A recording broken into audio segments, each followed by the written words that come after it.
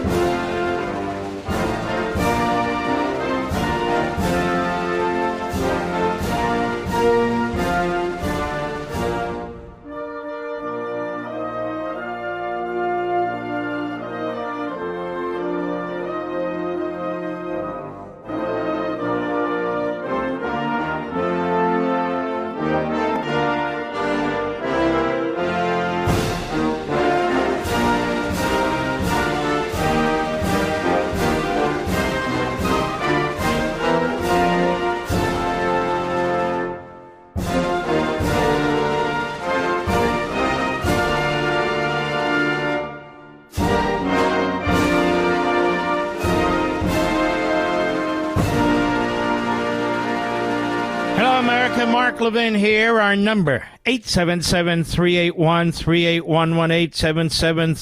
877-381-3811. Obviously you do, but those people who don't think immigration has an impact, and mass immigration, legal and illegal, without assimilation, that doesn't have an impact, well, you couldn't be more wrong. Every Friday, from Aristotle to Cicero to the Founding Fathers, all the way up to the 70s, even Democrats understood that it did. You have a complete cultural change, a societal change, when you do to a nation what's been done to our nation, what's been done to Europe, and it's not done with. It's not over. We're seeing a very bleak period around the planet now, a dark period, dark clouds hovering over virtually every Western society. And those dark clouds are the imposition of a Marxist-Islamist ideology, and the smothering of the Enlightenment, and it is stunning how quickly this has happened, but it's happened. And it's happening again across the planet, in our own country. The Democrats want this. The Labor Party wants it. The liberal parties want it. The socialist parties want it. The left wants it, regardless of what they call themselves, because they're power hungry. They will be, unfortunately for them, eliminated once this revolution by immigration is completed. They are useful idiots. Over at Breitbart, one of the great sites, John Binder writes, decades of mass legal immigration in New York City, New York, have propelled socialist, should be Marxist-Islamist, Zohran Mamdani's campaign to be the city's next mayor, a new poll reveals. The poll published by Patriot Polling shows New York City's foreign-born voters are lining up in droves to support Mamdani, an immigrant himself, and his agenda against former New York Democratic Governor Andrew Cuomo and lifelong New Yorker Curtis Sliwa. While the polls show Mamdani leading with 43% of the mayoral race, his lead with the city's foreign-born voting base is vastly larger. Among New York City voters born outside the United States, Mamdani leads with a whopping 62%. compared to Cuomo's 24% and Sliwa's 12%. Meanwhile, among native-born Americans in New York City, Cuomo leads with 40%, Mamdani 31%, Sliwa with 25%. Catholic and Jewish voters, the poll finds, are also turned off to Mamdani, with just 29% of Catholics supporting the socialist and 30% of Jews. Those Jews have to be absolutely insane. Cuomo leads with both groups, 41% from Catholics, 63% from Jews. Now, interestingly, they write, despite Mamdani claiming to be the voice of New York City's downtrodden, poor, and working class, his base of support resides in the most expensive boroughs, Manhattan and Brooklyn. The poll sees Mamdani leading in Manhattan, where the average rent is more than $5,700 a month, with 47%.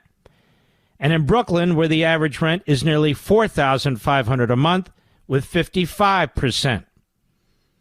The Bronx, by far New York City's least costly borough to live in, prefers Cuomo to Mamdani by a thin margin, while Mamdani falls far behind Cuomo and Sliwa in Staten Island. So immigration.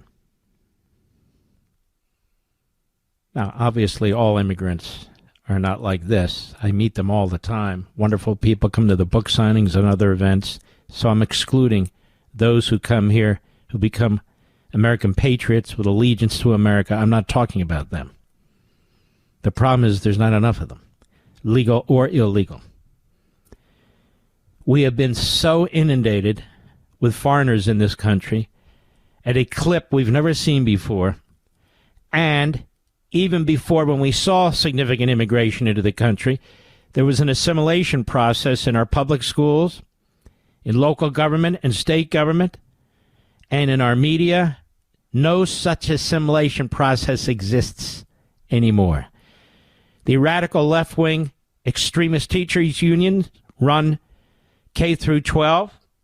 The radical left-wing extremists and the faculty of one college after another.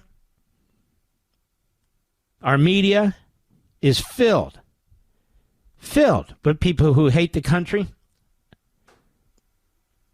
And so the culture has been largely devoured. We even see it in some faiths. We even see it in some churches and synagogues. What's taking place? So the only pushback there is, shows like mine, but at the kitchen table, at the dinner table, that is the family itself. There's really no other pushback, no other organized or systemic pushback. So the instrumentalities of a society that are supposed to be used to reinforce that society have been conquered. 1619 Project, CRT, DEI, Marxist economic and socialist economic belief systems. It's true. And so in New York, what we see is that the immigrant population, including the legal immigrant population, is voting overwhelmingly for Mamdani. When you have citizens, people, not even naturalized citizens, people born in our country,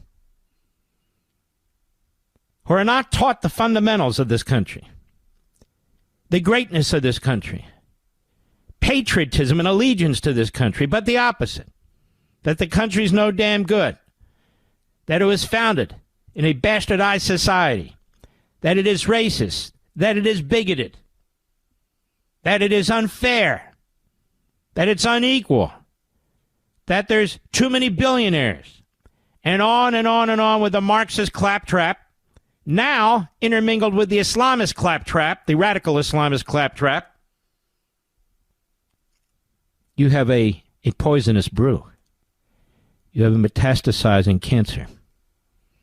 It's all over Europe. But it's in America. It's in America right now. When you debate a Mamdani, these are the things that should be brought up. There's a debate in about 45 minutes. It's another debate. The Democrat Party is in on this now. The Democrat Party is relying on these societal elements, on these populations, on these ideologies for power. It has abandoned the American founding, American history, the American Declaration and Constitution.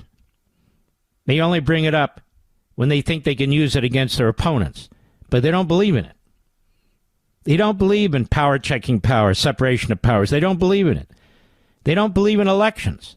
And don't hand me Donald Trump. They don't believe in elections. That's why they rely so much on unelected judges, particularly at the trial level, 800 of them. That's why they massively build up the bureaucracy. The Leviathan. The Leviathan. And that's why they will fight to the bitter end to expand it and to increase programs, to spend us into bankruptcy, not on your behalf, but on behalf of government. Government, first and foremost. That is their tool by which to control we the people. Even now, they have, quote-unquote, shut down the government. Why? Because they want to add $1.5 trillion to it.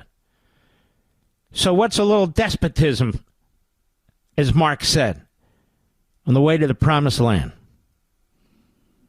So foreign-born voters are behind Zohran Mamdani's huge lead in the New York City mayoral race.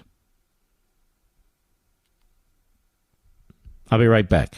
Mark Levin.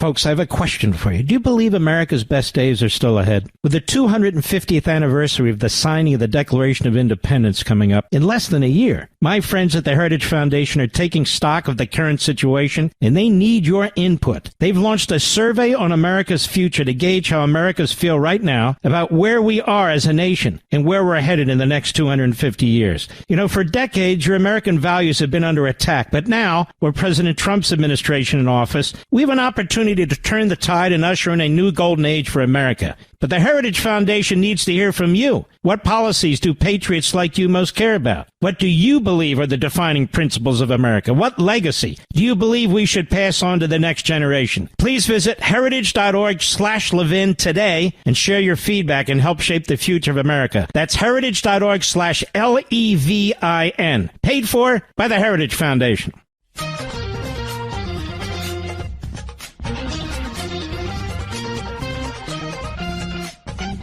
I want to congratulate Eric Trump.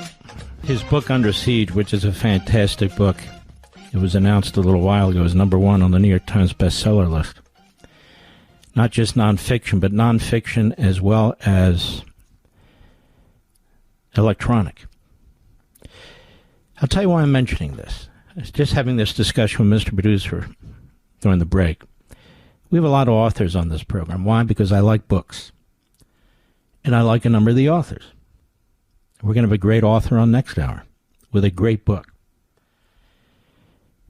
When people come on this program, they often wind up #1 on Amazon, #1 on the New York Times list. Same with my Fox show. So we are inundated, aren't we, Mr. Producer? I mean literally inundated. We must get 2-3 requests a week, sometimes more, particularly during the holidays, the big crunch for books. I almost never get a thank you. I almost never get a thank you. I have people contact me who I've never met before, but they have a good book. Now, Eric Trump was on this program. He was on my Fox show. We did an exclusive first interview. We launched it on the Sunday before the Tuesday when it came out. He writes me a beautiful text. Thanks me for supporting him, the book, with enthusiasm. He can't thank me enough. Now, first of all, he was going to do well no matter what, but this is a tough business. The book business, the radio business, the TV business, in the sense of getting to the top, being #1. But he didn't have to do that, but he did it. I'm just trying to show you the kind of class these people have in the Trump family. I helped the senator the other day. I'm not going to use his name. The only time he came on the show was to hawk his book. But I liked his book. He got number one. Never heard from him again. Did we, Mr. Producer? Not a word. That's the difference. I'm just telling you, because people get interested in how this stuff works. Breitbart, Gavin Newsom rocked by polls showing him losing Democratic nomination drive to Kamala Harris, writes Walter Todd Huston. And you know what? People may be getting tired of his act. They may be getting tired of his act. He's a fraud, a phony, and a fool. And he's a complete failure in every respect. Radical Governor of California, Gavin Newsom, has been rocked by a poll of 2028 Democrat presidential hopefuls that shows he is now losing to former Vice President Kamala Harris. A Noble Predictive Insights poll conducted over the first week of October found that Newsom is trailing Harris for the nomination. This poll shows Newsom's assumption that he's the frontrunner is not exactly a foregone conclusion. The poll placed Harris at 33% among Democrats, 27% with independents. But Newsom was behind 13% among Democrats and back 3% with independents. Other candidates in the poll include New York Democrat Congresswoman Alexandria Ocasio-Cortez. For what? For what? What has she done? What does she know? What has she said? She's a moron. Who ranked third with a mere 8%, followed by former Biden Transportation Secretary Pete Buttigieg, another complete failure, with 7%.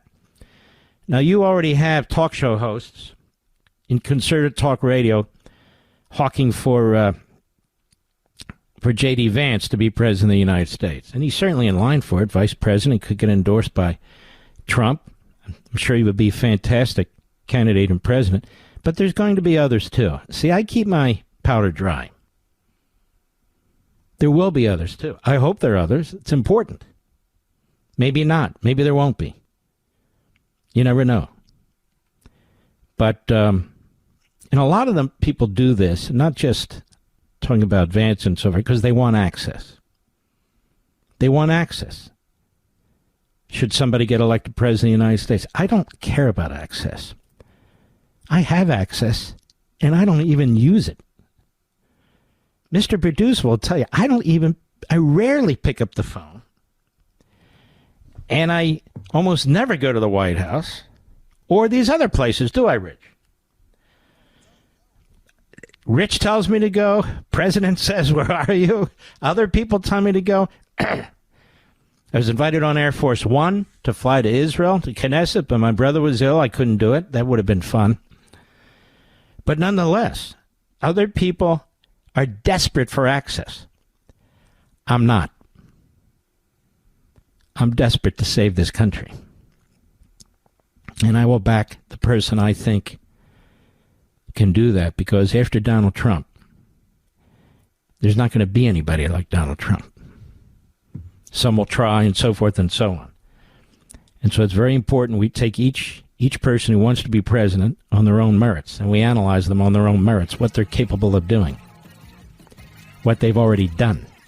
Not what they say, what they've already done. That's why I was an early Reaganite, 1976. We'll be right back.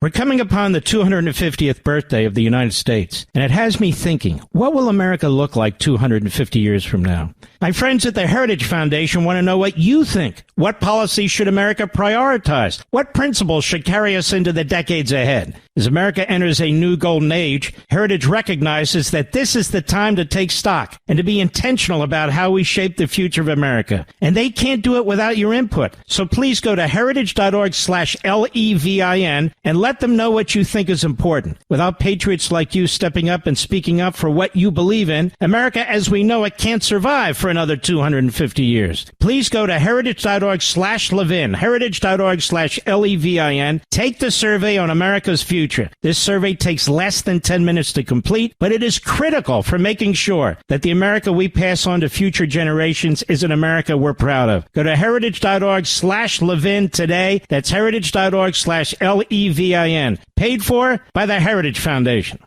This is the nation's town hall meeting, and you can join in at 877-381-3811. Now let's keep at this. Told you this mayoral race has national and international implications. Absolutely. Can you imagine this country in 50 years if this keeps up? 50 years, it won't exist. Your children won't be living in the same country. There will be Sharia law in big pockets of America, if not beyond. There'll be judges who rule that way. This is a cancer, radical Islamism, jihadism. It doesn't just go away. It's not the way it works. And it's here right now. It's here right now. I don't care if somebody's wearing a smile and a suit and a tie and a watch.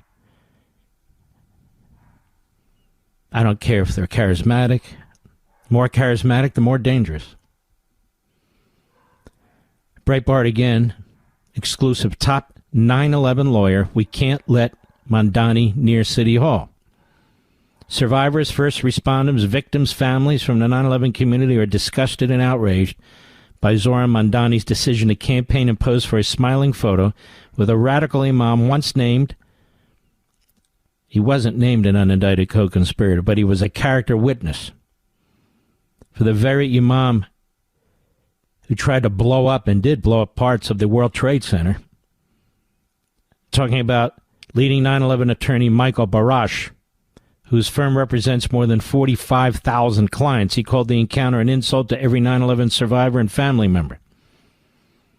An exclusive interview with Breitbart News on Tuesday, Barash, the renowned 9/11 lawyer, managing partner of Barash and McGarry, said his phone had been ringing off the hook since the photo emerged on Saturday as first responders, survivors, and families voiced disgust over Mamdani's embrace of Siraj Wahhaj. We discussed this at length yesterday. The Brooklyn imam tied to anti-American extremism. We can't let Mamdani into City Hall, he warned. Now, they're going to have another debate in New York in about a half hour, I believe it begins. Let's hope the moderators know what the hell they're doing and dig into this stuff. Because the last time they did it, they were a joke. Barash said the backlash was immediate. Why is he carrying favor with extremist Muslims? They're not voting for him anyway, he said. All they're doing is sowing hatred, the kind of hatred that led to the attacks on 1993 and 2001. So why would Zohran Mamdani give this radical imam the time of day? I don't get it, neither do my clients. Oh, I get it. Because he agrees with them. What do you mean I don't get it? He's one of them. He's one of them. Doesn't anybody get it? He's one of them. He hangs around terrorists. He promotes terrorist organizations. Well, what the hell do you call that? The renowned 9/11 lawyer stressed that the outrage stretches well beyond first responders. Well, I hope so. The polls are telling us we have a big problem. Big problem. Barash said outrage across the 9/11 community is almost unanimous. We have to stay away from Islamist extremists, he warned. I represent moderate Muslims, Jews, and Christians. The toxic dust didn't discriminate. Mamdani's embrace of Wahhaj insults every single person in the 9/11 community. And it's not just the 9/11 community. It's the country. He does not believe in our country. He does not believe in our founding. He does not believe in the Enlightenment, Locke, and Montesquieu. He doesn't believe in separation of powers. He doesn't believe in our constitutional system. He doesn't believe in it. He wants the society to collapse. That's why he doesn't support the cops. It's that simple. He can go around and talk about affordability all he wants. It's nothing to do with affordability. Nothing. This election's about survivability, not affordability. It's shocking. And yet, here we are. The person people should be telling to drop out of the race is Mamdani. Of course, he won't. But that's where all the focus should be, the laser focus. He's the guy. Given all this? Are you kidding me? Unbelievable. In America, you might think, okay, that's New York. I don't live in New York. I live in Peoria. I live in Lawrenceville. I'm okay. I'm here in Mississippi. I'm in Minnesota. Everything. Minnesota. Oh, yeah. Every corner of the country is either affected or is going to be affected. It's not just New York City. New York City was easy. Sanctuary city, massive legal immigration, leftist Democrats. They changed the primary voting system. It was easy. Now on to the rest of the country. It's happening right now. Right now. In every corner of the country. Who would have ever thought that Dearborn would be Dearbornistan, the home of the Ford Motor Company? American ingenuity. Well, there it is. It's happening all over New Jersey, all over Michigan, even Texas, where one group of imams wants to create their own, effectively, state within a state, where only Muslims can live, and only certain types of Muslims. Now, who did this to us? Was it the Republicans? Was it Donald Trump? No, it was the Democrats. It was Biden. I want to remind you, Democrats and Biden, they did this. And this is why the Democrat Party is susceptible to the so-called Democratic Socialist Party, the Marxist-Islamist Party, that has infiltrated it, with Bernie Sanders, with AOC, with Tlaib and Omar and Mamdani. That's exactly what's going on here. One more. Can we stand one more from the Jewish Insider? Over 650 rabbis speak out against Mamdani as threat to safety and dignity of Jews in every city. You might say, well, that's not surprising. Then why did I read that to you? Where are all the priests? Where are all the pastors? Where are all the organizations that promote civil liberties? At least they say they do. Where are they? They're nowhere. Absolutely nowhere. Now, this ideology owns the Democrat Party. Here's a story. Almost all Senate Democrats urge Trump to reinforce opposition to West Bank annexation. That would be Judea and Samaria. West Bank opposition. That is the ancestral homeland for 4,000 years to the Jewish people. Judaism was born in a little town called Shiloh in Judea. The Palestinians, who were nowhere to be found for thousands of years, claim that is theirs. The Democrat Party, almost all the senators, are urging Trump, don't allow the Jews to annex. How do you annex your ancestral homeland? Who should it go to? The Mamdanis of the world? The Tlaibs of the world? Apparently so. That's the position of the Democrat Party. That's the position of Qatar and Jordan and the Arab and Muslim world. That's the birthplace of Judaism. The birthplace of Christianity, effectively, is the birthplace of Jesus, Bethlehem. Bethlehem has been conquered by a crusade of Muslims who've populated the city and have forced out the Christians. The birthplace of Jesus Christ, really, I would argue, the birthplace of Christianity, certainly one of them, is now controlled by the Palestinians, who aren't even in the Bible. They were never there, ever. They came there very recently, certainly not in ancient times. And so now if you go to Bethlehem and you want to see, particularly if you're Christian, and you want to see the birthplace of Jesus Christ, you take your life into your own hands. In your own hands. I wonder what the Senate Democrats would say of that. You know what they'd say of that? Too bad. Too bad. Because most of them are not people of faith, whether it's Judaism or Christianity. They're just not. They're Democrats. That's who they are, and that's what they are.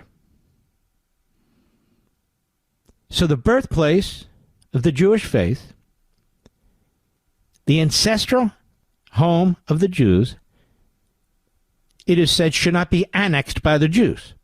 And then they call the Jews who live there settlers. They're settlers. Now, if that's not ass backwards, I don't know what is. And then Bethlehem, the birthplace of Jesus, that's now Palestinian. 85 to 90% of the town is now Palestinian. That's it. So if the Christians wanted to take back their town, I guess that would be called annexation too, right? So you have the oldest of the three faiths, Judaism, the second oldest of the three faiths, Christianity. They have nowhere to go, according to the Islamists. They have nowhere to go, according to the Senate Democrats. They have nowhere to go, according to Mamdani. Nowhere to go. Nowhere. Now, all the countries that surround the Holy Land are Arab and or Muslim. All of them. Hundreds of millions of people. Now, what do you expect when people are coming into our country, fairly recent immigrants, legal and illegal? And I'm talking about the Islamists and the Marxists, not about others who really want to assimilate into America. I'm not talking about them, and there are many of them, just not enough. When you don't have a proper vetting system, when you basically have a worldwide break into the country, you get whatever gets into the country.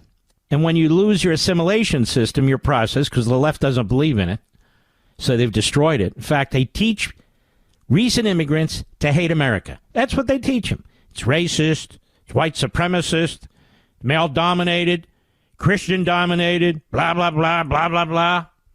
That's what they hear every damn day in schools, in the media, in colleges, and so forth.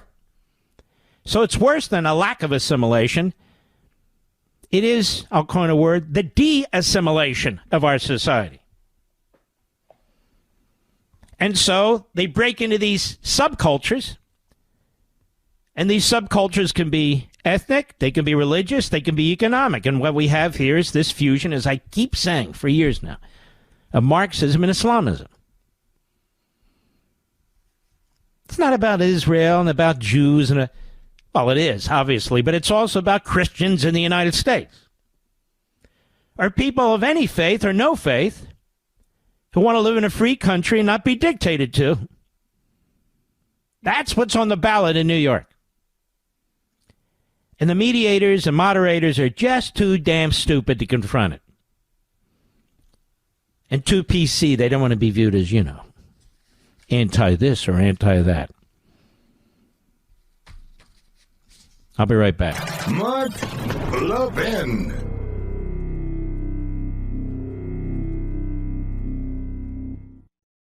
Folks, I have a question for you. Do you believe America's best days are still ahead? With the 250th anniversary of the signing of the Declaration of Independence coming up in less than a year, my friends at the Heritage Foundation are taking stock of the current situation, and they need your input. They've launched a survey on America's future to gauge how Americans feel right now about where we are as a nation and where we're headed in the next 250 years. For decades, your American values have been under attack, but now, with President Trump's administration in office, we have an opportunity to turn the tide and usher in a new golden age for America. But the Heritage Foundation needs to hear from you. What policies do patriots like you most care about? What do you believe are the defining principles of America? What legacy do you believe we should pass on to the next generation? Please visit heritage.org/Levin today and share your feedback and help shape the future of America. That's heritage.org/LEVIN. Paid for by the Heritage Foundation.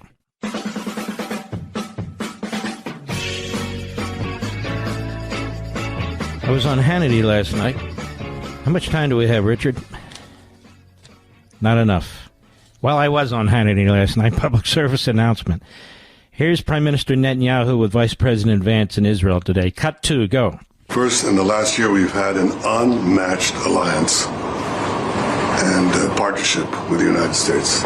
That is changing the Middle East, and it's also changing the world.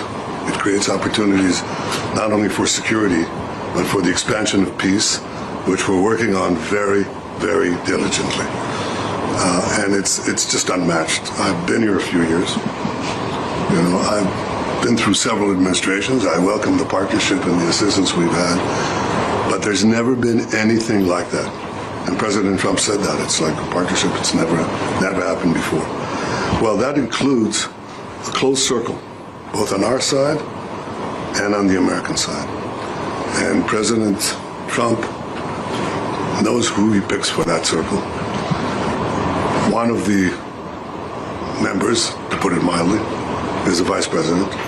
We've had the opportunity to make decisions jointly in a very tight-knit and trusting partnership. And I was impressed. I was impressed with your clarity, with your incisiveness, with your solidarity for our common cause, and just a genuine friendship that I saw both in our conference meetings, but also in our private meetings.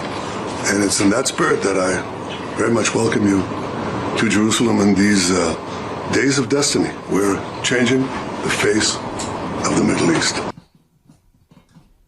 Nobody really talks like he does, do they? A very historic figure, right, in modern times. And I'm glad to hear all this. I am. I'm glad to hear all this. And here's Vance. Cut 3, go. As the Prime Minister said, these are days of destiny, and we're very excited to sit down and work together on the Gaza peace plan. We have a very, very tough task ahead of us, which is to disarm Hamas, but rebuild Gaza to make life better for the people in Gaza, but also to ensure that Hamas is no longer a threat to our friends in Israel. That's not easy. I think the Prime Minister knows that as well as anybody, but it's something that we're committed to in the Trump administration. And I think that we've, even in the past 24 hours, had a lot of good conversations with our friends in the Israeli government, but also, frankly, with our friends in the Arab world who are stepping up and volunteering to play a very positive role in this. So, well, let me just say this. I read last night, and you'll hear it after the break, what the Emir of Qatar had to say. I believe that's going to be in that cut, isn't it, Mr. Producer? I think so. And you'll see the very positive role Qatar is playing. Not. I'll be right back. This segment of the podcast is exclusively sponsored by Pure Talk. Pure Talk offers great coverage and can save your family money on your wireless bill every single month. Go to puretalk.com to find the plan that's right for you. Thank you again for listening, and thank you so much for this sponsorship, Pure Talk. He's here.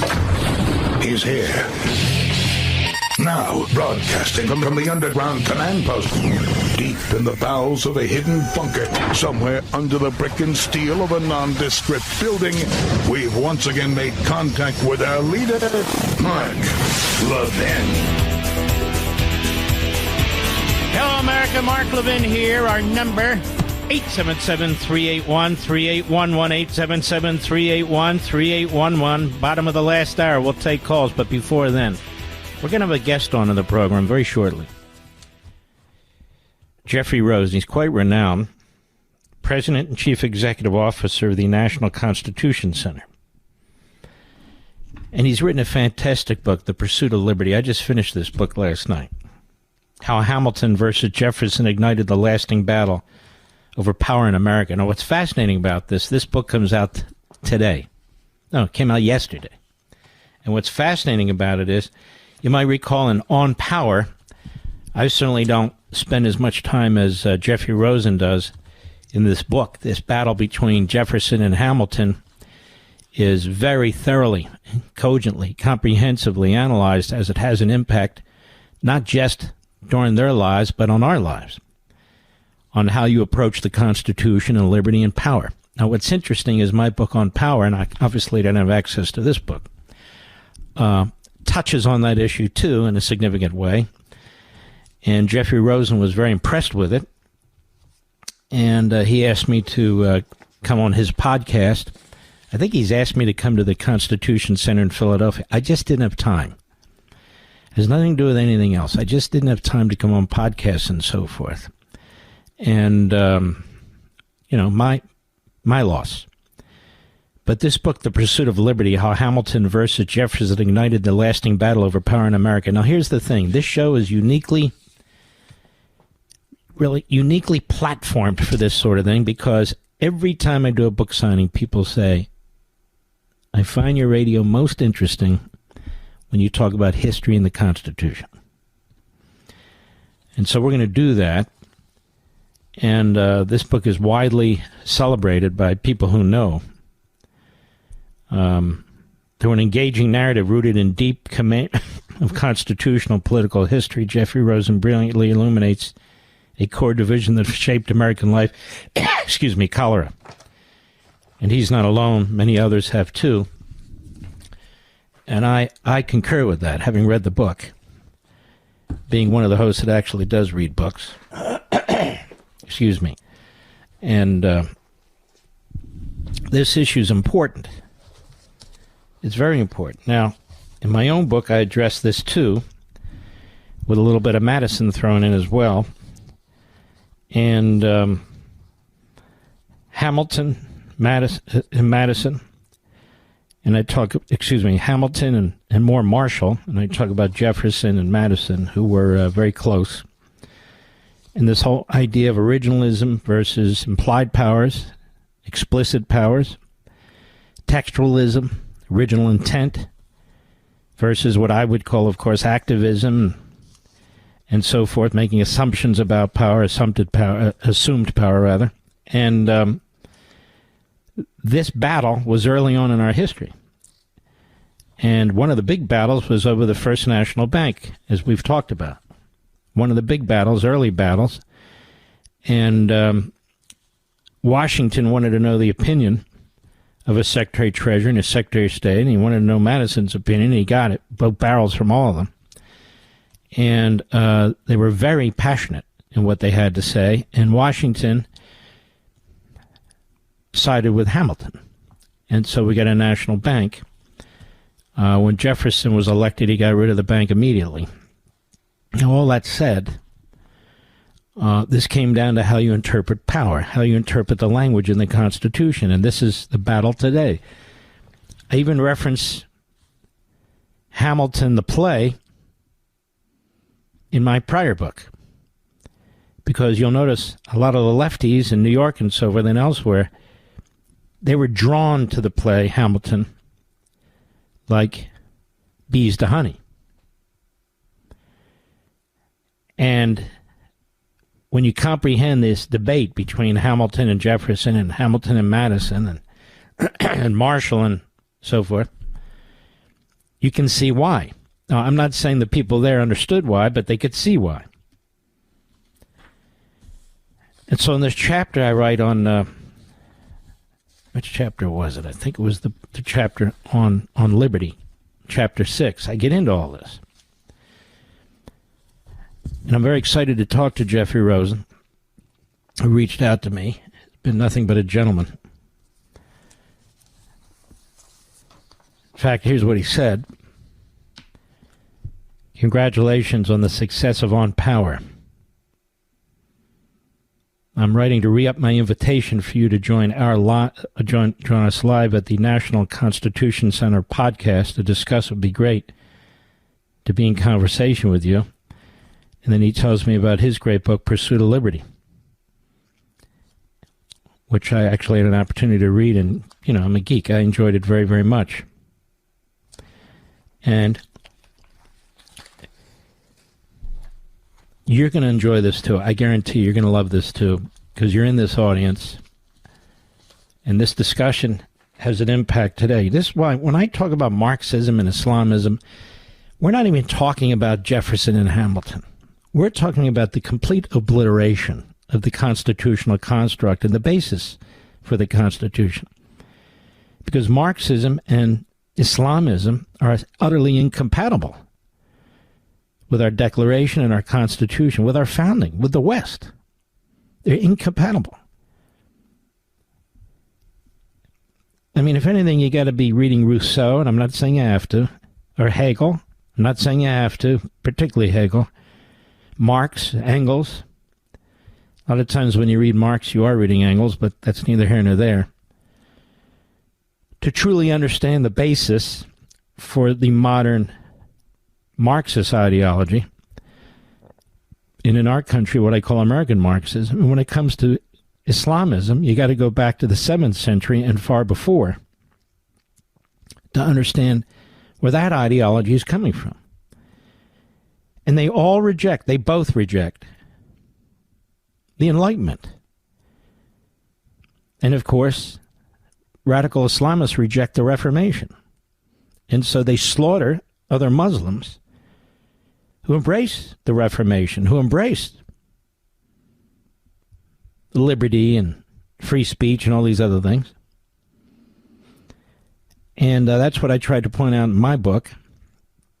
But you're going to see this battle that goes on how you interpret the Constitution, what the Constitution means, and so forth. You look at Chief Justice John Marshall. We've talked about him. He wrote several crucial decisions that, in my view, and by the way, in Jefferson's view, fundamentally altered the constitutional construct. And this battle that we have today, where we talk about these Biden-appointed judges versus the President of the United States, the birth of that battle was way at the beginning of the Republic. At the beginning of the Republic. So I'm going to take a break. We'll have Jeffrey Rosen with us in just a moment. I'll be right back. Mark Levin.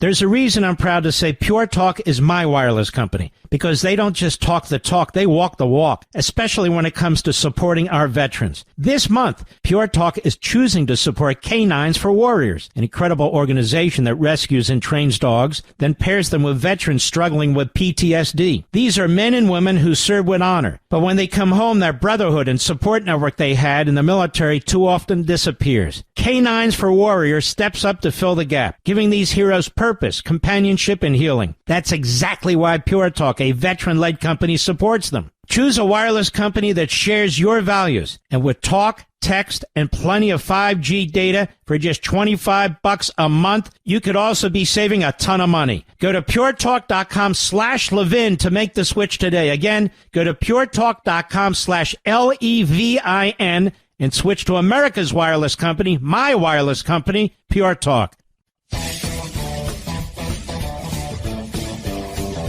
You know, it's a pleasure to have Jeffrey Rosen, who's the head muckety-muck at a very, very important place, the president and CEO of our National Constitution Center in Philadelphia. I used to hang around Arch Street, Jeffrey, and Independence Hall and walk around there. They moved the Liberty Bell, of course, but that's over there, and see where Franklin and his wife are buried. I just used to roam around there, and it's a pleasure to have you. How are you?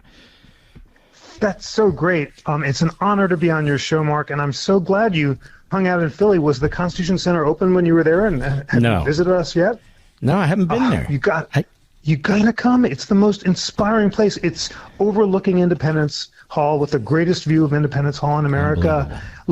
Statues of the framers. It's called Signers Hall, so you can see how tall they were and what they looked like.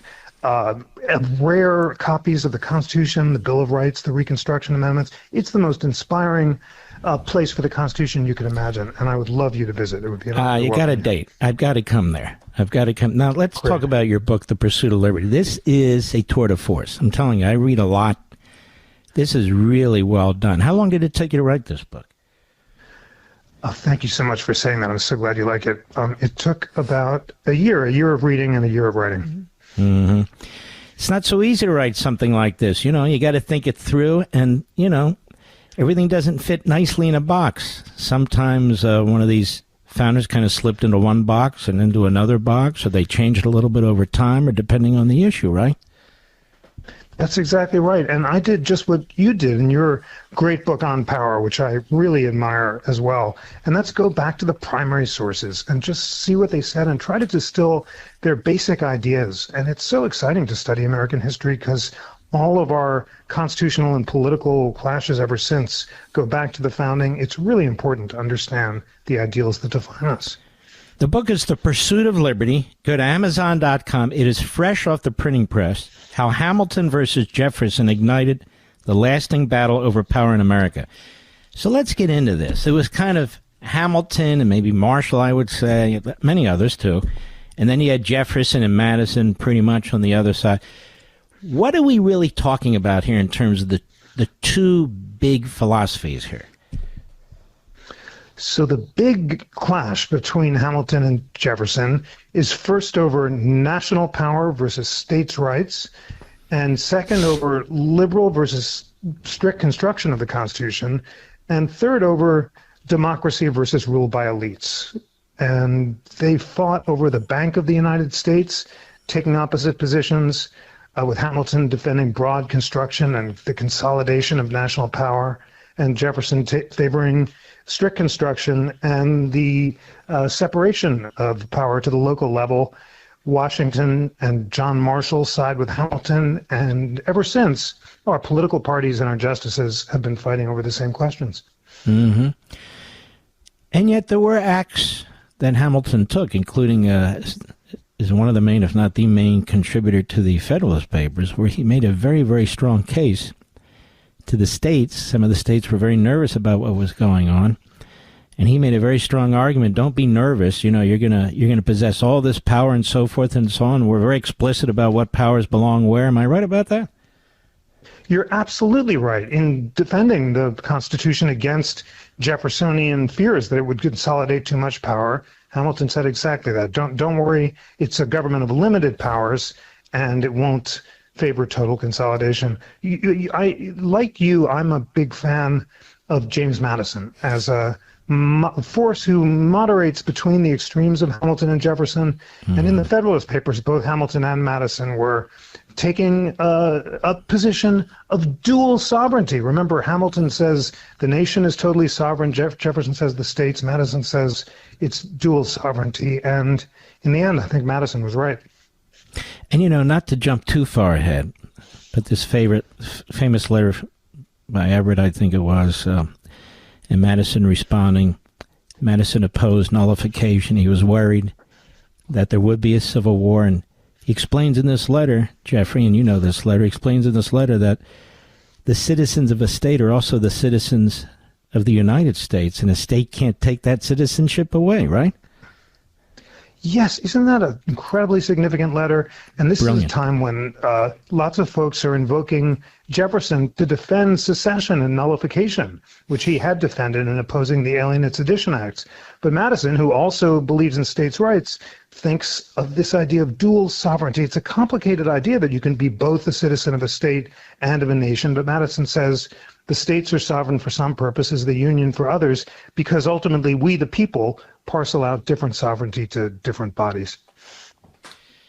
So who basically wins the day early on? Who wins George Washington's view on the first bank and so forth? Because they were pretty hot and heavy back and forth. They sure were. In the initial round, Hamilton wins big. He wins everything because Washington always sides with Hamilton over Jefferson. And then after Hamilton dies in the duel, John Marshall views himself as Hamilton's successor, and he basically writes Hamilton's views into the U.S. reports and into history. And in both Marbury versus Madison and McCulloch versus Maryland, Marshall literally has Hamilton's drafts by his side because he's writing Washington's biography at the time, and he finds Hamilton's words. And one of the most famous sentences in all of constitutional history, let the end be legitimate and any means that are appropriate can be is Marshall's paraphrase of Hamilton. We got hiccups there. We want you to get back to the most famous sentence. Say that again. I hope I got it right. But it's basically, let the end be legitimate, then any means that are conducive to the end are consistent with the Constitution. What he's saying there is you don't have to have a power spelled out like Congress's power to charter a bank, as long as chartering a bank might be useful to raising taxes or promoting the general welfare, then it's okay. And that basic idea is at the center of all the biggest constitutional controversies ever since. Think about that. The Dred Scott decision, the Reconstruction Amendments, the New Deal. which you write about in your book, and all the way up to the Affordable Care Act, what the justices are arguing about is liberal versus strict construction, with some taking the Hamiltonian view and others taking the Jeffersonian view. It's a great book, folks. The Pursuit of Liberty, how Hamilton versus Jefferson ignited the lasting battle over power in America. Get it at Amazon.com right now. It'll show up at your doorstep tomorrow. I strongly encourage you to get this. So whose view is most prevailing? I mean, the book makes it quite clear. I mean, history makes it quite clear. But, you know, the audience isn't necessarily studying every footnote here. So there's back and forth. But fundamentally, the trajectory's been in what direction, would you say? Well, the trajectory has certainly been in favor of consolidation and centralization, as you argue very clearly in your book on power. There have always been backlashes, and when John Marshall is succeeded by Roger Taney, who tries to shrink the size of the federal government, and then the Reconstruction Court expands it, and then there's a fight over the New Deal, and they go back and forth. But broadly, the trend has been in favor of centralization. And then what happens? In the 1980s, we're jumping ahead. We only have 2 segments. I definitely need to have you back. I'll tell you what, because I love this. Great. 1980s, you get Ronald Reagan elected. He has an attorney general who I work for, Ed Meese. And they bring something to the fore that really hasn't been brought to the fore for decade after decade after decade. What do they do that kind of pushes back in a very significant way? Well, they embrace the doctrine of originalism, or original public meaning. And they argue that the courts have made up rights and have enabled the expansion of the administrative state.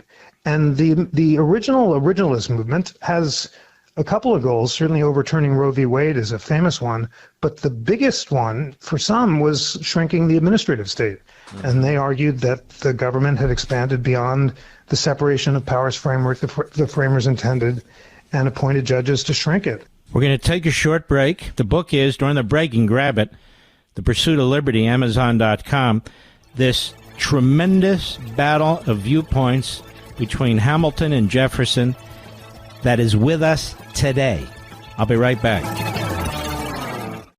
There's a reason I'm proud to say Pure Talk is my wireless company, because they don't just talk the talk, they walk the walk, especially when it comes to supporting our veterans. This month, Pure Talk is choosing to support Canines for Warriors, an incredible organization that rescues and trains dogs, then pairs them with veterans struggling with PTSD. These are men and women who serve with honor, but when they come home, their brotherhood and support network they had in the military too often disappears. Canines for Warriors steps up to fill the gap, giving these heroes purpose, companionship, and healing. That's exactly why Pure Talk, a veteran-led company, supports them. Choose a wireless company that shares your values, and with talk, text, and plenty of 5G data for just $25 a month, you could also be saving a ton of money. Go to puretalk.com/Levin to make the switch today. Again, go to puretalk.com/LEVIN and switch to America's wireless company, my wireless company, Pure Talk.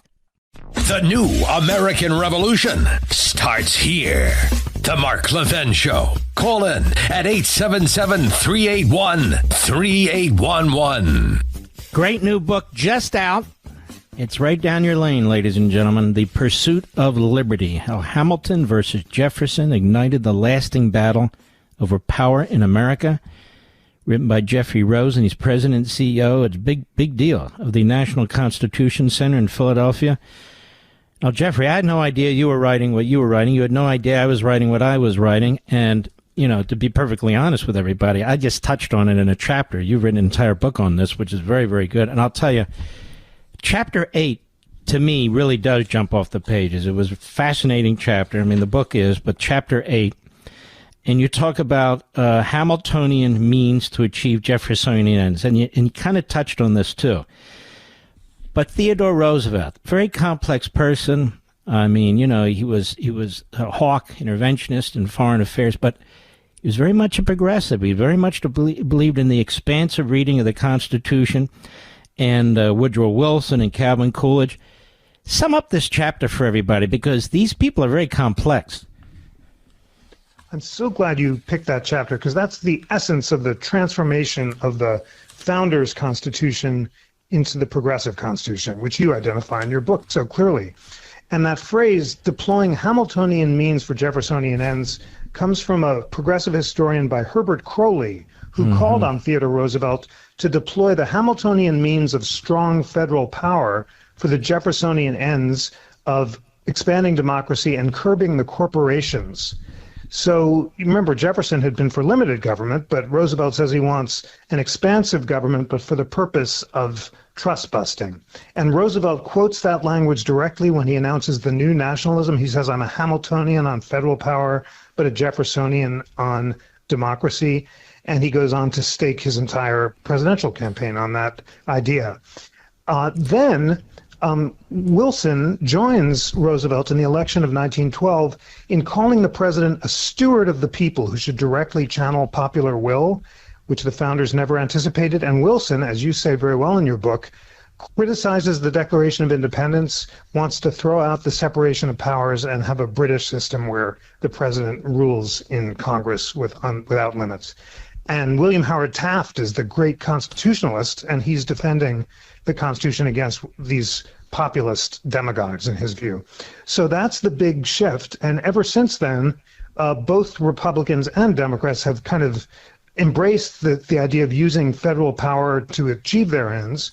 FDR wildly expanded Gall to reinvent Jefferson as the prophet of democracy rather than limited government, and he puts Jefferson on the nickel and builds the Jeffersonian Memorial. Jefferson would have been appalled at the New Deal, but FDR claims him because he emphasizes the democratic rather than the limited government Jefferson. And then just to take this story up to the present, Ronald Reagan said that he left the Democratic Party in 1960 because it had abandoned the principles of Thomas Jefferson, and he goes on to reinvent the Republicans as the Jeffersonian party of limited government rather than democracy and trust busting. So you just see all the sides shifting, but I call them golden and silver threads woven throughout American history. You can just follow the competing ideas of Jefferson and Hamilton as they cross. Sometimes they pull apart, but they're the essential markers of the debate. People always have to invoke them. In the end, it's the productive tension between their ideas that has sustained the American experiment over time. And where are we today? Who are the Jeffersonians today other than me? Exactly. And well, that's why the book is so great, because you're being principled about this. You know, we do not, obviously, to state it mildly, in our political parties have consistent Jeffersonians or Hamiltonians. President Trump is trying to shrink the size of the administrative state, but he's deploying strong executive power to do that in ways that certainly would have made Jefferson uneasy. And the Democrats, claim to embrace, well, Hamilton is the rap star of the moment and strong federal power, but all of a sudden, Gavin Newsom has become a belated convert to states' rights. So, we see this throughout American history where the sides are shifting to achieve their partisan ends. And that's why it's so important to be principled. And I know your listeners are, because they love the Constitution, to think, what principles do I embrace? And am I willing to go there whether I like the political results or not? And that's what the Constitution's for. And politicians, let me put it to you this way. They can be principled, but they like to pursue power, don't they? And so exactly. Some of them, I think, or maybe too many of them, that's the goal. And it's not, that is, the goal is to pursue power so they can be a Jeffersonian one day and a Hamiltonian the next day, no? That's exactly right. And as you say in your book, there's a antithesis between liberty and power. And especially for Jefferson, every expansion in power threatens liberty. Now, Hamilton sometimes thinks you can expand federal power to secure liberty, like through the bank or the defense system, but he may not have been attentive properly to the checks. And both of them were afraid of corrupt politicians and ultimately believed that it was the virtue of the people educating themselves about the Constitution that's going to preserve liberty and keep the republic. Now, let me ask you about that. Your book seeks to do that. I seek to do it. Radio show, TV. Are we failing? Yes, we are failing, regardless of your politics, which side you're on. We have to confess that, a lot of citizens are not reading the way the founders expected them to do, and they're not learning about the Constitution and debating constitutional principles and studying history, because the history is complicated. These threads are always crossing, and the people are switching sides. You got to take the time to really educate yourself, and it's so exciting to do it. I gather your listeners do like to read the primary sources and make up their own minds, but you got to take time, and you can't take dogma from one side or the other. You got to figure out what you think. The book is The Pursuit of Liberty. You're going to love this book. Perfect for the holidays, too. How Hamilton versus Jefferson ignited the lasting battle over power in America. It's very, very important to understand. This book takes you step by step by step throughout American history. I agree. What we're lacking so badly is the study of American history. We have people telling us about the founding, pushing an ideological agenda. That is a bad mistake. You got to learn this stuff on your own. What Jeffrey does here is he's going to original sources. He's making the points. He's explaining what these men largely are doing, and it's absolutely fascinating. I want to encourage you to get it. You go to Amazon.com, any major bookstore. It's out right now, The Pursuit of Liberty, How Hamilton versus Jefferson Ignited the Lasting Battle Over Power in America. I'm going to tell you, I've enjoyed this. We're going to do it more often. It is a fantastic book, and I wish you all the best with it. Thank you so much, Mark. It's an honor to talk to you. I so love the conversation and can't wait to continue it. Thank you. Amen. God bless. I'm telling you, it's a great book. You folks are going to love this book, The Pursuit of Liberty. You go to Amazon.com and grab it. And here's the thing. Jeffrey Rosen writes his own books, too, just like I do. There's no ghostwriters. There's none of that. And if you want to go to original sources, he has them in the back of the book, in his notes sections, like you're supposed to do, because he's a very ethical writer. And I think that's very, very important. And as I said, when I was writing my book, I had no idea he was writing what he was writing. It's just, when you're an author, a serious author, you're writing a book, you're not even paying attention to what anybody else is doing. I don't even know what's coming out. It's just, you're focused on what you do. So this book, The Pursuit of Liberty, is a great book. If you want to grab mine while you're on Amazon, on Power, you can do that too. But I'm here to talk about Jeffrey Rosen's book. It is really that good. All right, Mr. Producer, what am I doing here? Oh, all I have to do is find the damn thing. Let me see here. You know what? We're going to take an early break. I will find it. I've got a lot of paper here. We'll be right back. Mark Levin.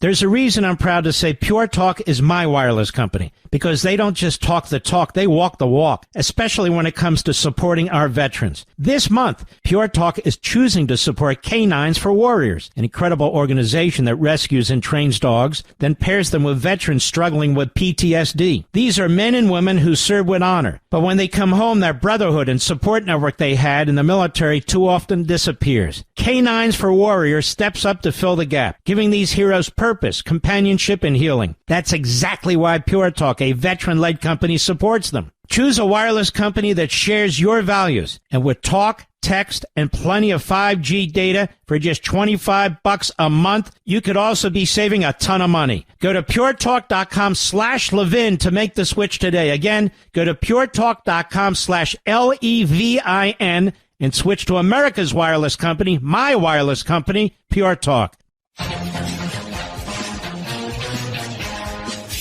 You know, ladies and gentlemen, if you read my book, Rediscovering Americanism, when Jeffrey Rosen mentioned Herbert Crowley, you will have known who he was, and Woodrow Wilson, and there were several, not a ton, but several of the so-called intellectuals and scholars who took basically Marx's writings and Americanized them. You'll also see it touched on less thoroughly in American Marxism, because I touched on it so thoroughly on Rediscovering Americanism. I try and bring you the history of America, the history that has led to our modern times, the good, the bad, and the ugly, and all these books.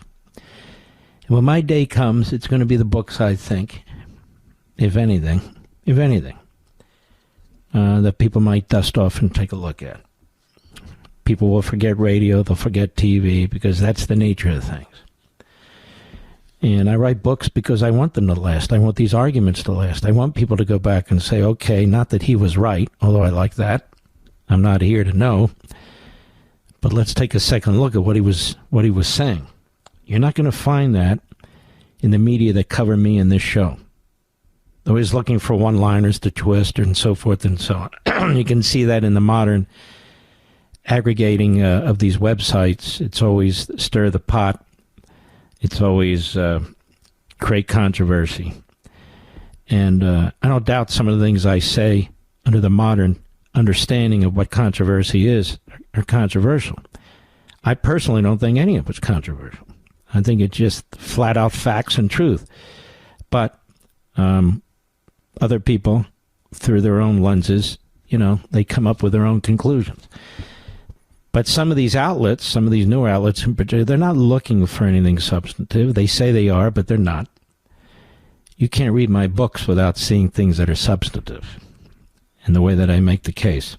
And I want to encourage you strongly to get this book, The Pursuit of Liberty. I don't know Jeffrey Rosen very well, but I know this book. It's a damn good book, and I know what he does, which is very, very important. And you heard him about promoting the Constitution and American history, that we just don't do it enough. I try to do some of it here, and certainly in the books I write. But Herbert Crowley and Woodrow Wilson were among the early so-called intellectuals and scholars for progressivism.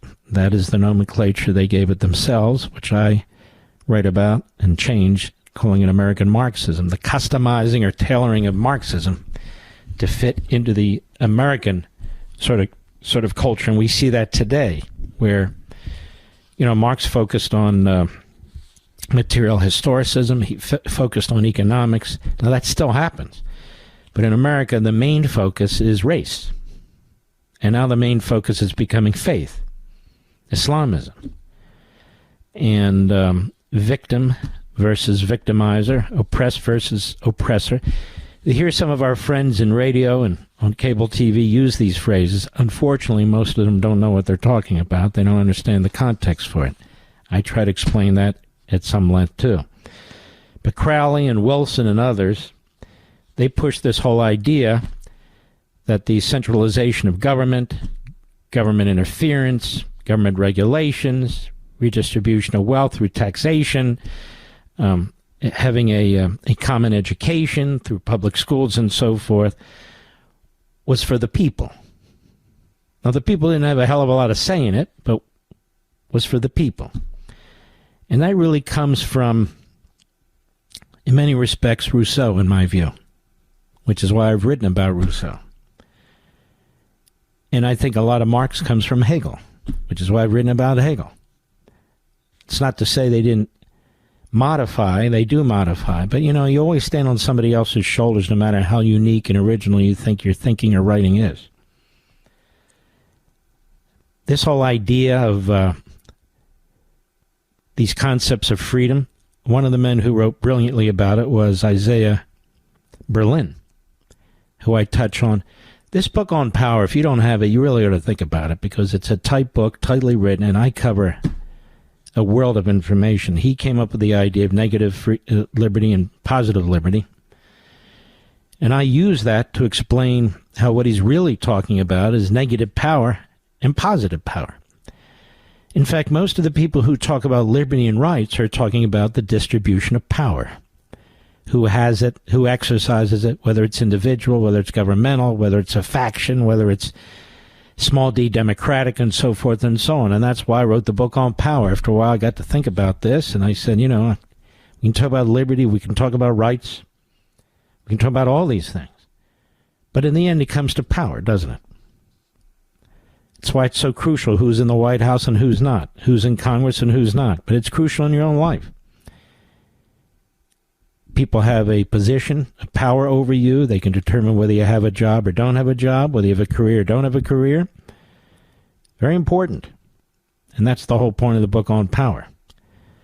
But I just love this book that Jeffrey Rosen has written here, The Pursuit of Liberty. And these are the kinds of books that really get my blood flowing. And it's a great book. In about 6 to 8 weeks, I've got a big announcement for you. a little bit of a change. I can't tell you yet, but I will tell you in about 6 to 8 weeks. And very excited about it. You know, I'm not somebody that likes change that much. I'm really not. I like my routine, and that's the way it is. But sometimes change is invigorating, like it will be in this instance. Again, in about 6 to 8 weeks, I'll let you know exactly what I'm talking about. I'll be right back.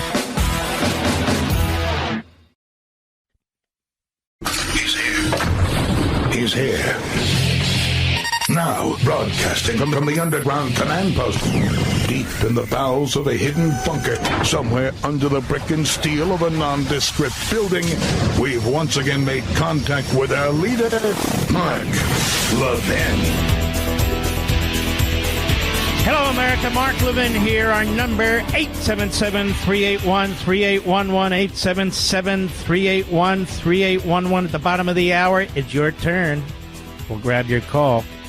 Before we do, I promised you last hour, I wanted to play this short clip when I was on Hannity last night. I know everybody can't watch and listen to radio and TV constantly, so I wanted to get into this a little bit and then discuss it briefly and get your input as well.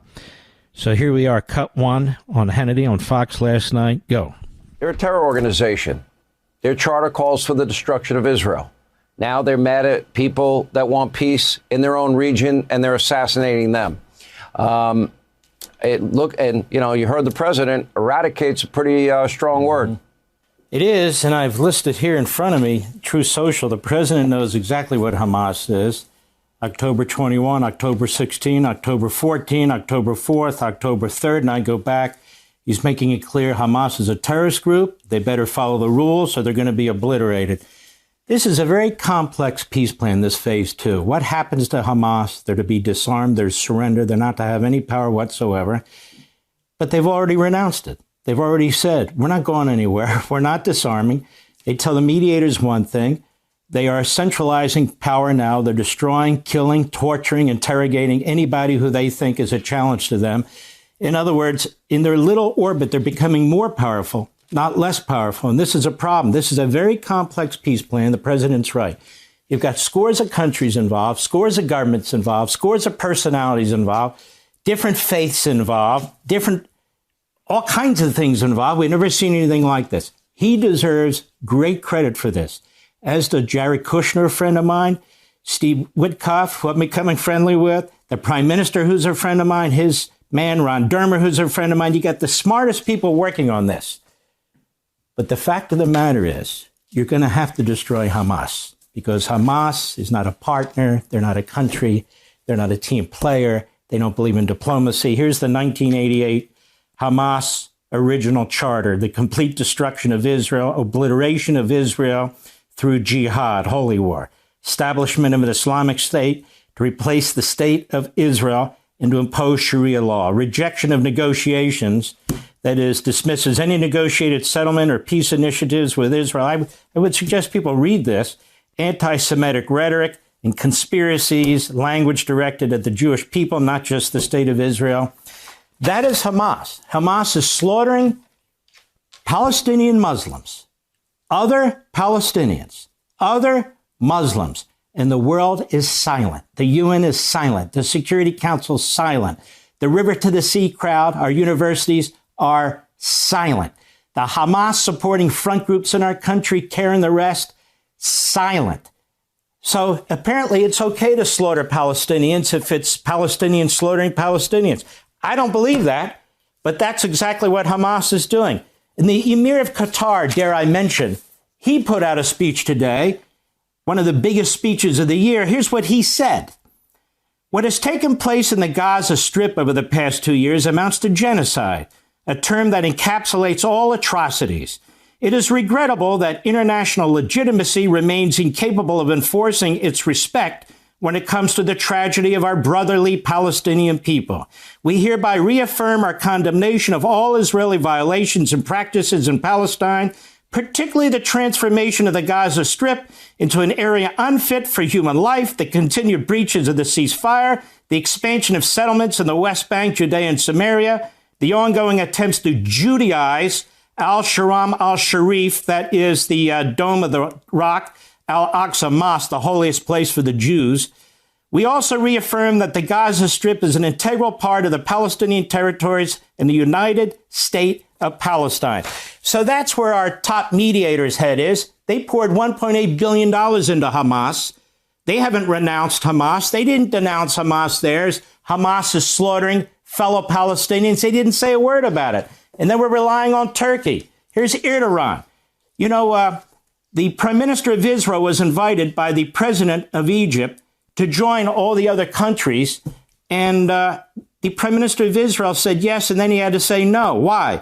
Because Erdogan, who hates Israel, who's an Islamist, who threatens them with military extinction and economic distinction, who's a genocidal maniac who's taken over his country, he opposed Netanyahu's attendance, and it was confirmed by his chief of staff. They called Sisi, the president of Egypt, and said, if Netanyahu's there, I'm not coming. Now, these are the two leading countries. So where am I going with this? It's simple.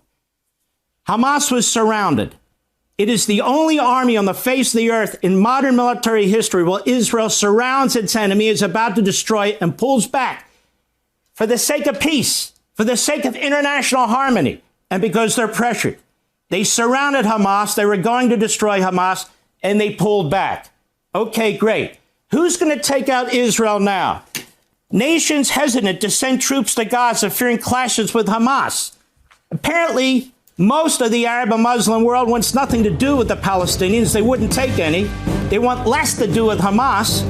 It's going to require Israel and the IDF once again. That's how you're going to get peace once and for all. And that is precisely how it's going to have to be done. Or it'll be a false peace. It'll be a false peace otherwise, because Hamas is not going anywhere.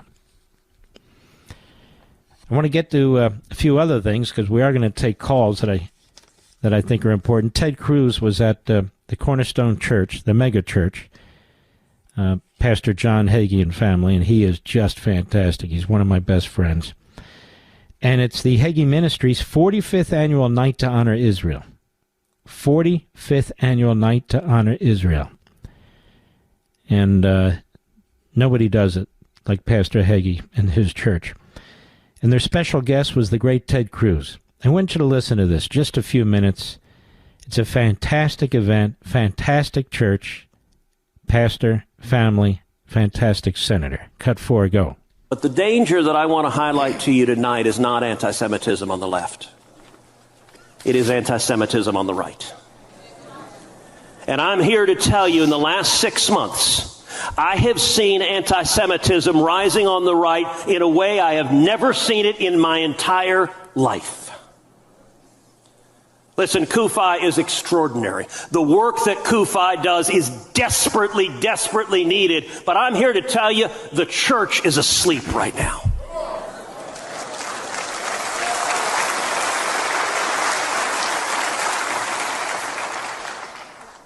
If I pick up my phone and send out a tweet, if I say good morning, within minutes I will have hundreds of blatantly anti-Semitic responses. When Prime Minister Netanyahu was here a few months ago, I sat down with him for a couple of hours. I raised this issue with him. And his first reaction was, he said, well, that's Qatar, that's Iran, they're paying for it, it's AstroTurf. And I said, Mr. Prime Minister, yes, but no. Yes, Qatar and Iran are clearly paying for it, and there are bots, and they are putting real money behind it. But I am telling you, this is real, it is organic, these are real human beings, and it is spreading. In the last year, we had 3 prominent voices on the right publicly muse, gosh, maybe Hitler wasn't that bad a guy after all. Yes, he was. He was the embodiment of evil.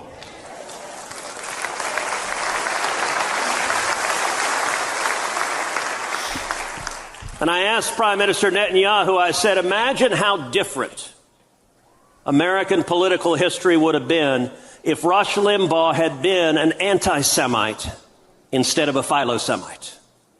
We would have a fundamentally different country if Rush Limbaugh had spent years spreading poison.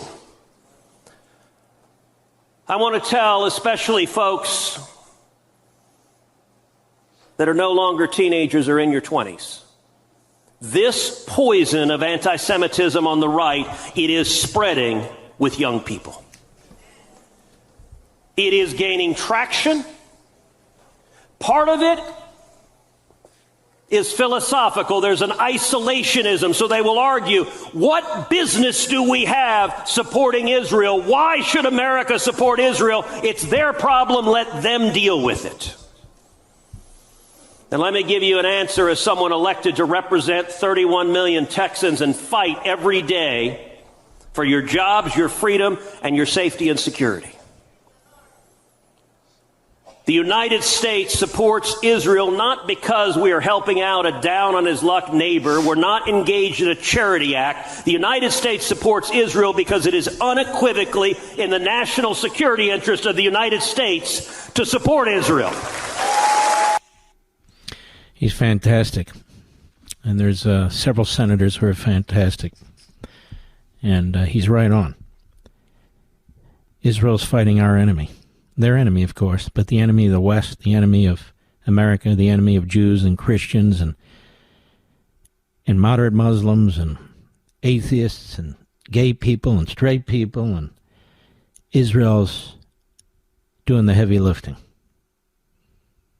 That's why we support Israel. We share a biblical connection, the Judeo-Christian connection. And let me slip in another great governor. This is a man who I hope will be president one day, quite frankly, and that's Ron DeSantis. He's my governor in Florida, and I don't have to wake up every day worrying about what the hell's going to happen in Florida. This guy's unbelievable. Cut 5, go. Just look back and think, we're not even 25 years removed from September 11th, and it was universal in that city and around the country, never again. We were never gonna go down this road. And then you got a guy who is sympathetic with communism, Islamism, and he's going to get elected mayor in this city. I think, quite frankly, it's a disgrace, but I also think that it shows you New York City hasn't hit rock bottom. I mean, we remember New York City under Giuliani, and even after that, and then how it's gone south with de Blasio. This guy makes de Blasio look like Ronald Reagan. I mean, like, he is way far left of that. And I think when you're somebody that wants to disband the NYPD, those rank and file officers, those are blue-collar, hardworking people. They are not going to want to work for a guy like this. I think you're going to see a lot of turmoil, and I think that it'll show that the city will further go down. He's unbelievable, too. DeSantis. What a tremendous governor. Truly, in my lifetime, I've lived a little while, probably the greatest governor. He and Reagan. That's why I don't write him off yet. In fact, I'm very excited about the possibilities for Ron DeSantis. Time will tell. I'll be right back. Mark Levin.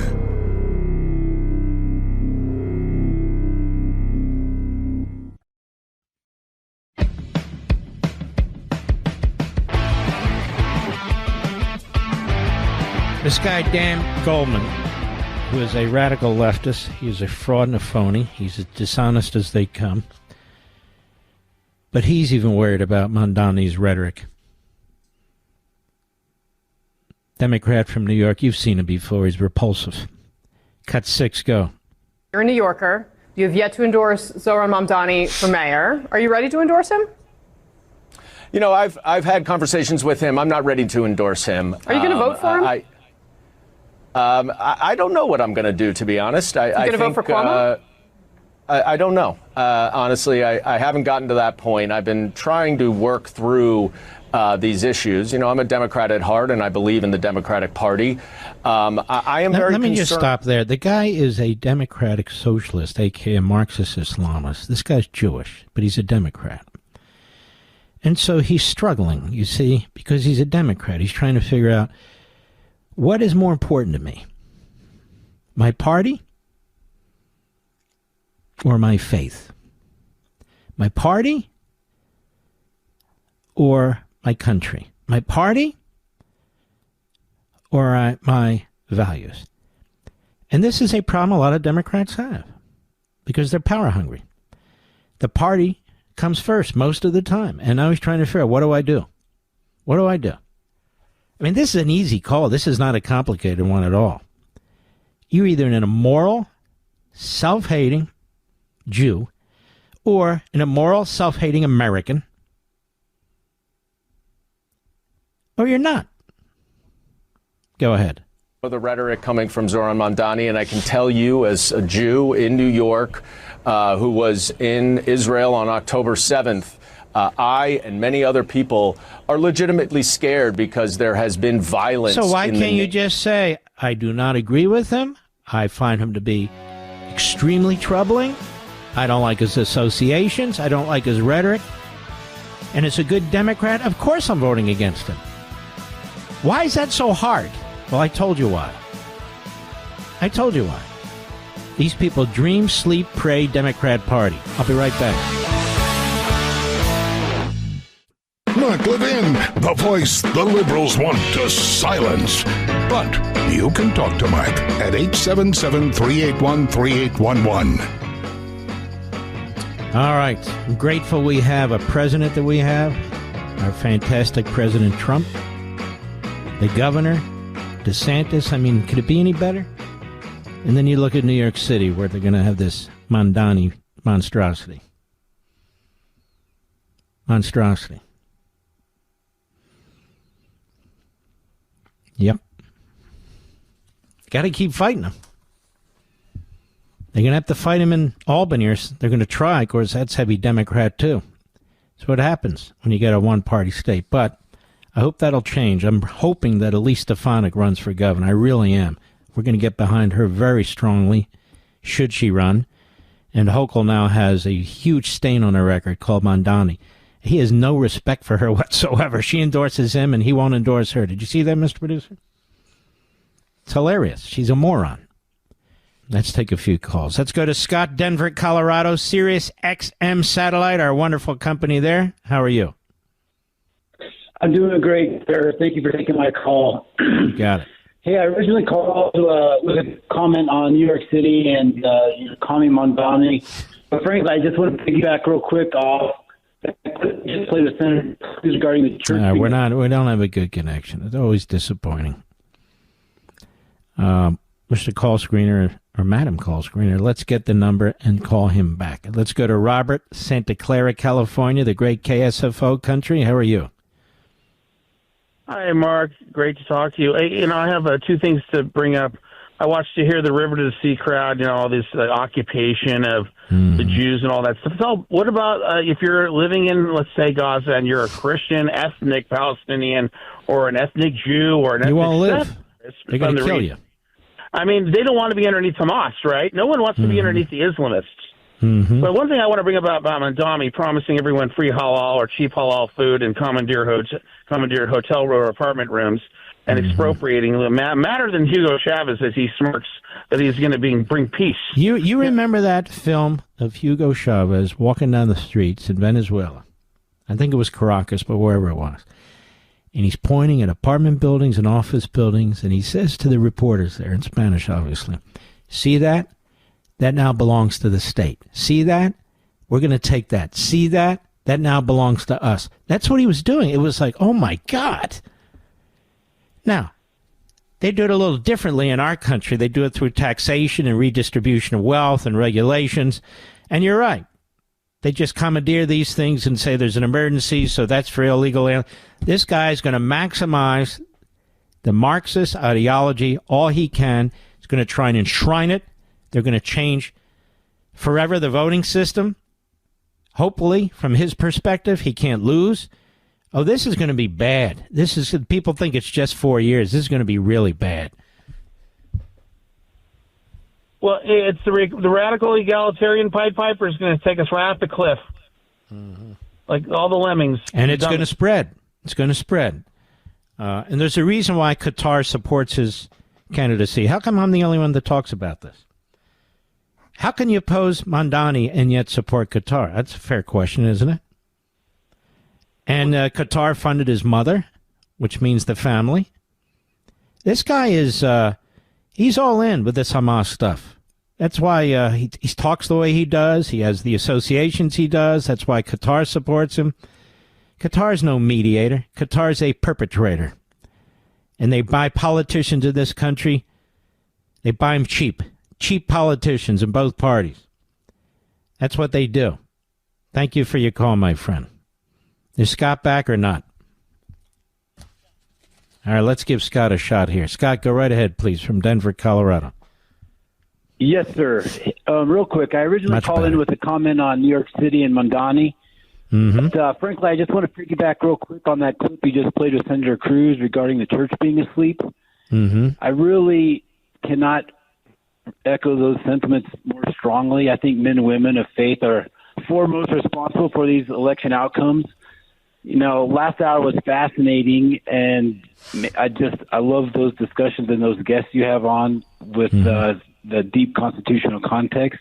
Mm-hmm. You know, not only were our founding fathers bolstered in these deep Judeo roots, but most people don't realize that our successful government actually came from our Jewish brothers and sisters in Exodus 18, where Moses, having led the Israelites out of Egypt, was totally floundering, and his father-in-law Jethro came from Midian and said, "Hey, Moses, listen, you need to find godly leaders and put them ahead of your tens and your hundreds and your thousands." And, you know, when Moses took his advice, he completely changed the trajectory of the Israelites and the Jews. And, I mean, that's obviously what we have today. When you look at, you know, all the principles set forth by our founders and these... By the way, this is one of the reasons they hate Netanyahu. Not that he's Moses, but he's a leader. And he has directed his people, the Jewish people in Israel, in a way in which they defend themselves, they defeat these animals, they protect the Holy Land, which is really God's Holy Land. It's what it is. And that's why Netanyahu will be a historic figure for as long as humanity exists. This is why he's hated by the Bannons and the Qatarelsons, who really have thrown in with the Islamists and the Marxists, giving them aid and comfort directly and indirectly, questioning our history, questioning the history of World War II, trashing the greatest generation. These people are reprobates. They're contemptible. And, of course, they give cover to the Islamists and the Marxists who are on the rise in our country. So it's a diversion. It's very, very dangerous, all of what's taking place. So the more people they attack, the Islamists, the Marxists, and these fake influencers and fake MAGA, those are the people in most cases who you ought to pay attention to. Those are the people in most cases who are leaders that we need to have. Not all, but most. And Netanyahu is a remarkable, remarkable man, as is Donald Trump. And the fact that God, Hashem, has brought them together, really, on earth, at the same time, I believe that's his doing. And I believe that's very, very important. And I want to thank you for your call. Excellent call, my friend. Appreciate it. Let's see here. We get a lot of good callers these days. Let me get rid of this, the old list, bring in the new. It's already October 22nd. Can you believe that? Again, I have a big announcement in 4 to 6 weeks for you. No, I'm not running for president. I hope I'm never running from the president, depending on who it is. Let's go to Ken. Brooksville, Florida, the great WXJB. Ken, go right ahead, please. Yes, Dr. Levin, I talked to Congressman Tom Price, it's Dr. Price. It's a long time ago. Wrote the, right, but the point is, sir, he wrote the Empower Patient First Act between 2010 and 2015. They're sitting in the Congressional Archive. I reckon to him yesterday. Why are we having all these phone problems? Go ahead. Huh? I'm sorry? Yeah, okay, cut to the chase, my brother. Well, brother, I'm just trying to get Sean and yourself and others to... Well, I don't know what you're talking about. You got Tom Price, a bill that's sitting in the archive. What is the bill? What does it do? Bill is H.R. 2300. Now, what does it do? The Empower Patient... It's the one that makes the Obamacare market competitive. Period. I oppose Obamacare altogether. I think it's a disaster. I don't think it can be fixed. I think they need to start over and get rid of it. What do you think of that? That's the Mark Levin bill. We'll be right back. Mark Levin.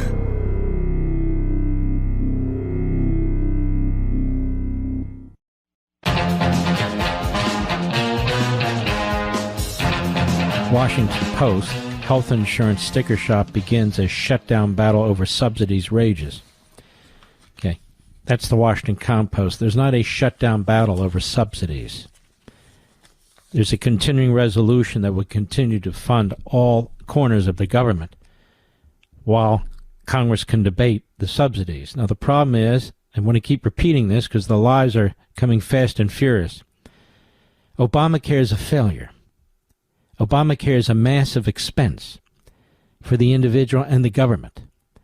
And so what the Democrats are saying is we're going to keep Obamacare exactly like it is, and we need these massive subsidies, hundreds and hundreds of billions of dollars. The Republicans are saying we can have this debate. We're not going to do that. We want to change the program and make it more, practical for both the user and the government that's paying so much to subsidize it. But that debate is for another day. It can be even simultaneous. We vote on the continuing resolution, then we move to a vote immediately on these subsidies. And now the Democrats are changing it again. You know what they're saying? We don't want to vote. We want to guarantee that you will vote as we ask you to vote, as we demand that you vote, which is for massive subsidies of the failing Obamacare program, which is really not a good health care program for the individual. So the Democrats are blackmailing the Republicans. They're blackmailing the president. Some Republicans are getting weak-kneed now. They're getting nervous because that's what they do. That's what they do.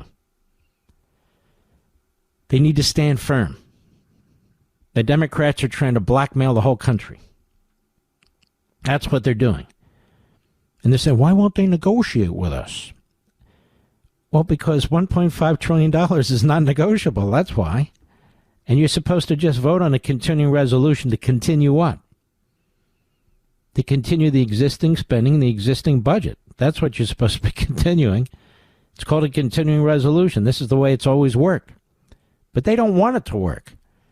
I mean, what the hell does this party stand for? Marxism, Islamism, revolution, illegal immigrants, lawless streets, open borders.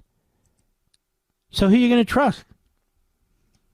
I think the answer is quite simple. All right, let's see if we can slip in John in Montana. John, you don't have a lot of time. The great WBZK. Go right ahead, please. Thanks, Mark. I just got this. This is from the Associated Press, and I wanted your thoughts. It says, after previously blocking the deployment of National Guard troops to the Chicago area, U.S. District Judge April Perry today extended that order indefinitely until the case has been decided in her court, where the U.S. Supreme Court intervened. Yeah. Well, we got another guy, Cummings. They're doing things that they have no authority to do. These are all radical left-wing judges. They have no power to stop the President of the United States from enforcing existing immigration laws, and yet these are the cadre of activist lawyers they've put on the bench. I want to salute all you heroes out there. I want to thank you for listening. It's a great honor. And we'll reconvene tomorrow. Same place, same time. God bless each and every one of you. Have a wonderful evening.